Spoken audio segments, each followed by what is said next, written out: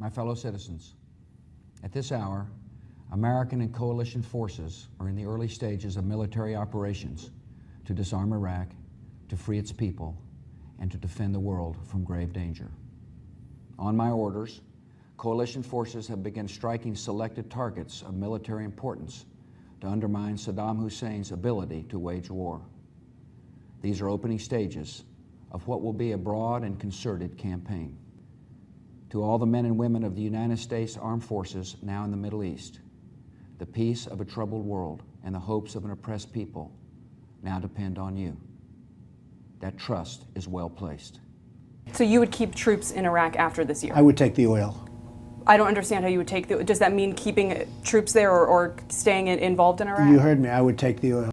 The people you liberate will witness the honorable and decent spirit of the American military. So you will guarantee that we will have a presence, that we will spend money, send troops, do whatever it takes in order to secure access to oil? Money. We will make a fortune. We will make money. They have $15 trillion worth of oil in Iraq. 15 trillion. We will make a lot of money. We will not lose that oil.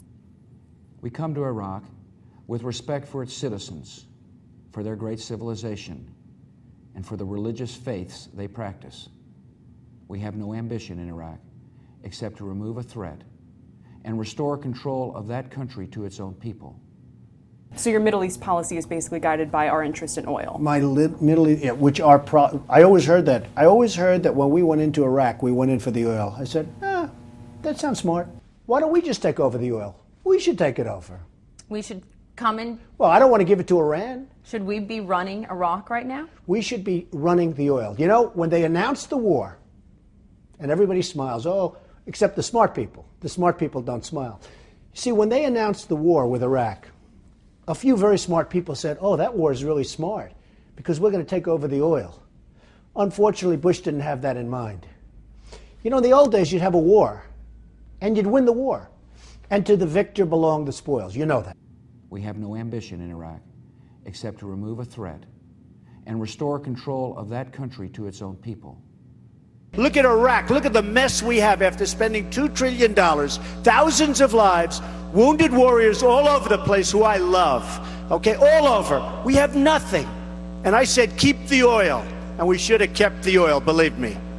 We should have kept the oil. The people you liberate will witness the honorable and decent spirit of the American military. When I heard that we were first going into Iraq, some very smart people told me, well, we're actually going for the oil.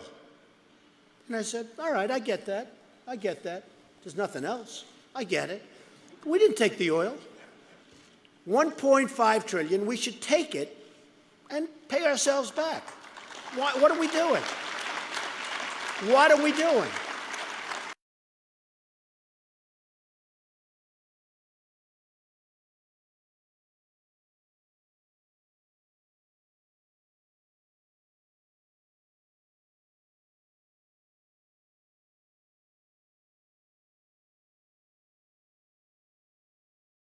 We will bring freedom to others, and we will prevail. May God bless our country and all who defend her.